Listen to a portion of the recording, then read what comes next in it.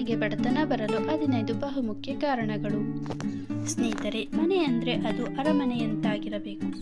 ಅಲ್ಲಿ ಸುಖ, ಸಂಸಾರ, ನೆಮ್ಮದಿ ತಾಂಡವವಾಡಬೇಕು. ಭವ್ಯ ಬಂಗಲೆಯಂತಹ ಅರಮನೆಯಲ್ಲಿ ನಾವು ಸಂತೋಷದಿಂದ ಇರಬೇಕು ಅನ್ನುವ ಕನಸು ಎಲ್ಲರೂ ಕಾಣುತ್ತಾರೆ. ಆದರೆ ಅದು ಎಲ್ಲರಿಂದಲೂ ಸಾಧ್ಯವಾಗುವುದಿಲ್ಲ. ಏಕೆಂದರೆ ನಾವು ಮಾಡುವ ತಪ್ಪುಗಳಿಂದ ನಮ್ಮ ಮನೆಗೆ ಬಡತನ ಬಂದಿರುತ್ತದೆ.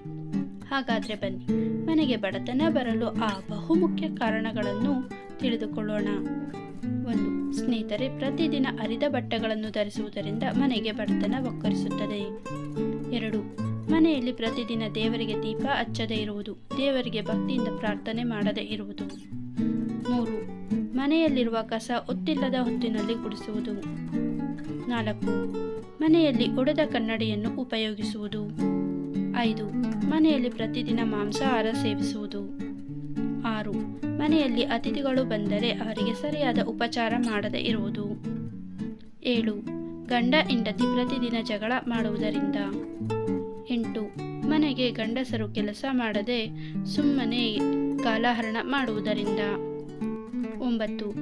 ಹೊತ್ತಿಲ್ಲದ ಹೊತ್ತಿನಲ್ಲಿ ಸಂಭೋಗ ಮಾಡುವುದರಿಂದ.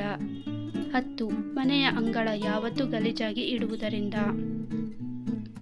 11. ಪ್ರತಿದಿನ ಸ್ನಾನ ಮಾಡದೇ ಇರುವುದರಿಂದ.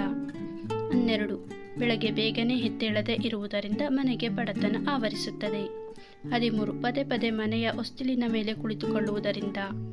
14. ಮುರಿದ ಬಾಚಣಿಕೆಯಿಂದ ತಲೆ ಬಾಚುವುದರಿಂದ ಮನೆಗೆ ಬಡತನ ಆವರಿಸುತ್ತದೆ. 15. ಕಸ ಗುಡಿಸಿದ ಪೊರಕೆ ಎಲ್ಲೆಂದರಲ್ಲಿ ಬಿಸಾಕುವುದರಿಂದ ಮನೆಗೆ ಬಡತನ ಬರುತ್ತದೆ.